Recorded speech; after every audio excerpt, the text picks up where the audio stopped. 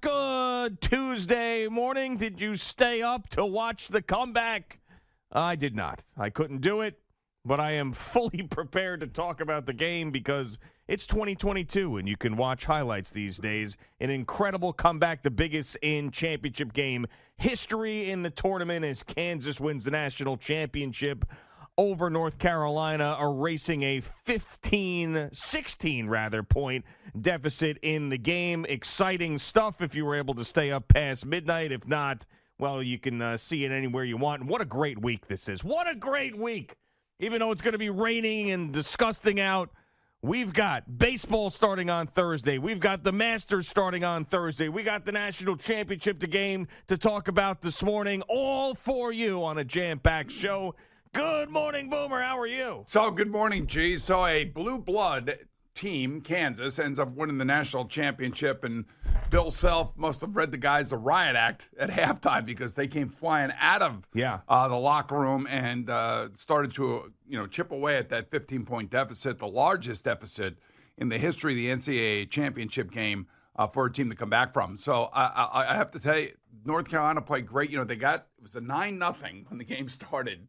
And you're wondering, okay, is Kansas going to run away with this game? Yeah. But those North Carolina kids hung in there, man. And I was just thinking about what we were talking about yesterday. Now, is this a road of destiny for North Carolina and Hubert Davis and everything else? And you thought at halftime, man, it wasn't really that great of a game. There were a lot of missed shots, turnovers, things of that nature by Kansas.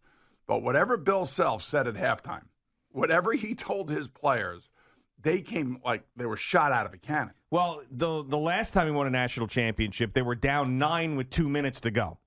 And he said, what's harder, down 9 with 2 minutes to go or down 15 with a half to go? That's what he said to his kids. And the kids basically said, or these young men said, well, I'd much rather be in this situation than that situation. So he said, okay, go out there and win it. And there was also some very funny post-game audio from the players that, some of them were really confident, some of them weren't. Like, hey, we've been here before. And one of the guys said, I've never been here before. Down 15 in the national championship game? What are you talking about? But, hey, you got to have that unbelievable confidence. And basically what it came down to in those final moments was McCormick. I mean, get the ball to the big fella. That guy is unbelievable. That guy is unstoppable. Yeah, I know. And Manick couldn't stop him. And, Baycott was dealing with his stuff. And it just was too much of a domination from the big guy. And it got a little scary with that stepping out of bounds and then North Carolina having another opportunity. But it was not a great look or a great shot to tie the game. But exciting stuff. Definitely unfortunate that it tips off when it does, but it was a very exciting finish to what ended up being a great tournament. This was a great tournament. I think about all the games that I have called, football games and Monday night games, Super Bowls, and there's very few times that you actually could sit there and say, man, I really truly remember that game because of the way the game unfolded as an announcer. When I did the Giants and Patriots, and the Patriots were undefeated and Eli Manning is, leading his Giants to a victory. It's like the most incomprehensible thing. Before the game started, I don't think there was anybody that picked the Giants to win straight out. I don't remember anybody. I'm sure there are a few people here and there, and they could probably take a bow saying that, they picked the Giants. But I think last night, for Grant Hill and for Bill Raftery and for Jim Nantz, the way this game unfolded, the way the Duke North Carolina game unfolded, they had two unbelievable games to call. Absolutely. And you're sitting there and you're just, you don't know what's going to happen next. You don't know how it's going to unfold. And then when it does unfold and it finally reaches its finality, you're sitting there and you're like, man, I was lucky to call that. And then I probably have about 5 or 6 or 7 of those Super Bowls. I think Atlanta and New England. I think Pittsburgh and Arizona. I mean, a couple of these Super Bowls that I've done that reached this level, and how great it is to be a part of it. And sometimes when you call those great games, you have a great moment yourself during the broadcast, Boomer. Well, that was very nice, Eddie. Thank you very much for getting off to a good start this morning. I'm not always telling you. Yeah. Tony Romo, my ass. This guy was doing it all the way back in 2007 on the radio. Yeah, but the point being is that you do take a moment, you think about how lucky you are to be a part of something so spectacular and unexpected. Now, This was only unexpected because it was a 15-point deficit at halftime. Mm-hmm. It's like the best team in basketball the entire year, them and Gonzaga. You know, here they are, and they have a mountain to climb, essentially, and they do it. And it's the way that it ends. You know, I know it's heartbreaking for North Carolina and those players, but on the other side of it, the elation and the accomplishment of Kansas is just so powerful as an announcer and, of course, as a player and a coach and a fan of those teams. Yeah, I was thinking there's probably very few times in the history of sports where you could lose a game like this and then a day later be still elated with the way things went. And that's where I think North Carolina is. Now, they're going to be devastated. They're not national champions. Yeah. But the way as an 8 seed, they got crushed in the regular season for being an underachieving team. They come out, they ruin Coach K's final game at Cameron Indoor. They ruin Coach K's final game ever and beat Duke in a Final Four. And then they lose to a 1 seed in a spectacular game. They ended up blowing a lead, but still, like, there's very few times they walk away from this and still pretty satisfied with the way things went. If the U.S. Hockey team, you know, they beat Russia, but they had to come back and they had to beat Finland. Mm-hmm. If they don't beat Finland, then what is it all worth? Sure. Nothing. I mean, all right, we beat the Russians, great, but we got to win the gold medal. And everybody, a lot of people forget that they had to go in the gold medal game and beat Finland. And they didn't get off to a great start in that game, but then ultimately took the game over and won. And that's what really, truly capped off that magical season. Now, you're right. North Carolina can say, hey, we took care of Duke twice, and they're our heated arch rival, and they're right in our backyard, and we did something that I don't think anybody thought we were going to be capable of doing. So I get that. Yeah. That is great. But, man, you see those kids after the game. No, of course. I know. They are but crushed. I mean, I will say, when it wears off, they're still going to be looked at and revered by the fan base because of what they did to Duke. That team will live. I mean, you think about how many teams that come up short in a championship game will live forever. This team, even though they didn't get it done, will live forever in the minds of their fans because of what they did to Coach K and Duke. Do you think 20 years from now they have a celebration honoring the 20-year anniversary of this team at North Carolina? They might. I think you have to, right? To me, it feels like you have to. I mean, and I know we're obviously, the morning after, and it's crushing, especially when you have a 15-point lead. You can look at it the other way, going, how the hell do you lose a 15-point lead? How the hell do you give up the greatest comeback in the history of the NCAA championship game? But then on the other hand, you're like, you know what? You took out Coach K. Right.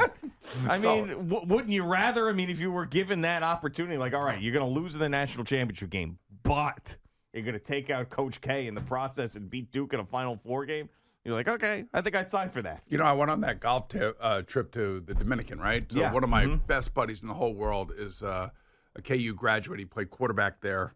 And he was telling me, he goes, man, our team is incredible. He goes, if we don't win this national title, there's something wrong with the coach. Yeah, right. Because he's done an unbelievable job, recruiting and getting these players to come to Kansas.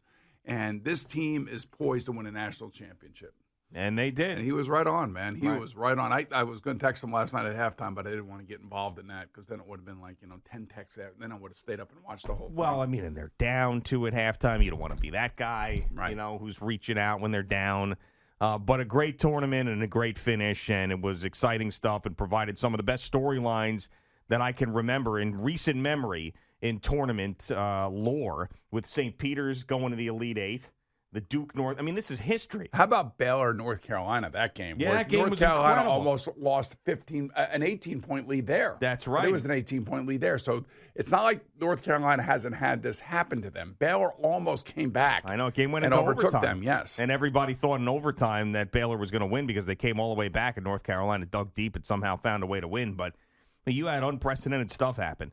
St. Peter's first 15 seed to go to the Elite Eight. First time Duke and North Carolina met in the tournament and a Final Four game. The largest comeback in championship game history. I mean, this tournament provided historic moments. You know why I think the transfer portal is a big reason why teams can get really good really Remy Martin. fast.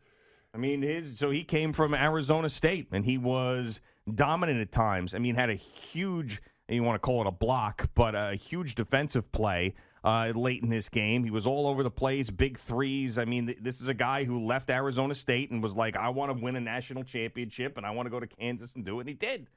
I mean, that's the thing. The transfer portal has completely changed the landscape of the entire college athletic landscape when you think about it. Yeah. And teams can get good in a hurry if they can recruit off of that. You know, it's one of the things that Mike Krzyzewski told me about, about a year ago. He said, man, this transfer portal is going to be crazy for all of us.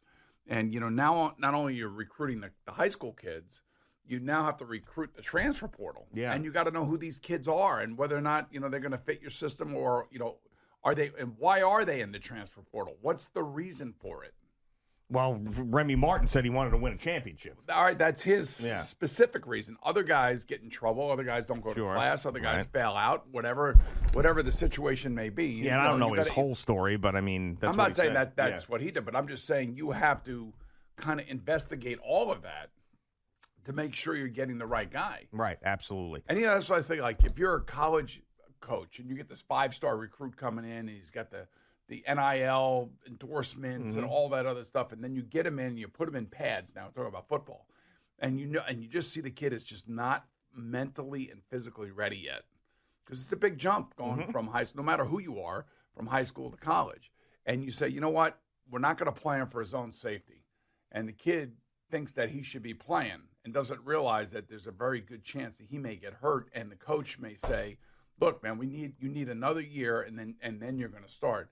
That kid enters the transfer portal right after the season's over. Yeah. Just out of the blue. Right. And it's so easy for these kids to do that now. Yeah, it's easier than ever. So then you have to recruit the kids to try to stay. Yeah. Now you get them to come there, and then you have to try to say, hey, maybe you might want to rethink the transfer portal and stay here. Right. Well, that's the whole thing. Like programs like St. John's. I mean, you got to find guys that want to stay. I mean, you get the most talented guys, and a lot of them want to leave. You know what? That's what Kevin Willard has to do now at the University of Maryland. He's got to be uber aggressive in that transfer portal. He's got to try to find guys, and, there's going to be so much pressure on a guy like Kevin when he takes over a school like Maryland, because Maryland's been down for, if it weren't for the pandemic, Maryland would have had maybe a Final 8 run, an Elite 8 run. But the pandemic comes, the whole thing gets shut down, and that was Mark Turgeon's one of his best seasons and one of his best teams about 2 years ago. But now all of a sudden you're gone, and it's the next guy in, and I'm sure he's all over the transfer portal and maybe even taking some guys from Seton Hall. Who knows? Yeah. But that's kind of like the beast that college athletics has turned into. No, it is. I mean, there's still a lot of pure moments, though, I will say. Much as there's a lot of pure moments. Pure college, pure. With these kids, I mean, you see some of these. I know, they love it. They love it. The kids in the individual moment, yes. I'm not saying the whole thing is pure.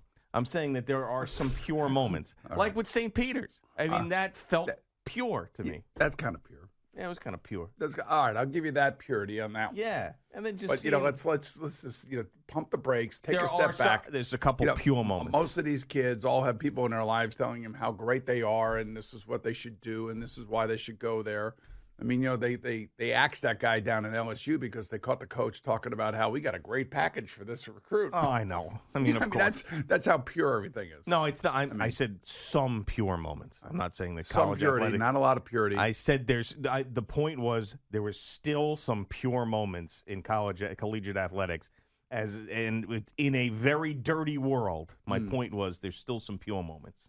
Pure. And we got a couple pure moments in this tournament. We got a couple. We got great basketball. We did. We certainly did. All right, Boomer and Gio on the Fan. And CBS Sports Network just getting started on this Tuesday morning. Jerry's going to give you the highlights from last night, get you ready for opening day in a couple days. It might be rained out. There might have to be a Friday opening day for the Yankees with the forecast and the latest on Tiger Woods.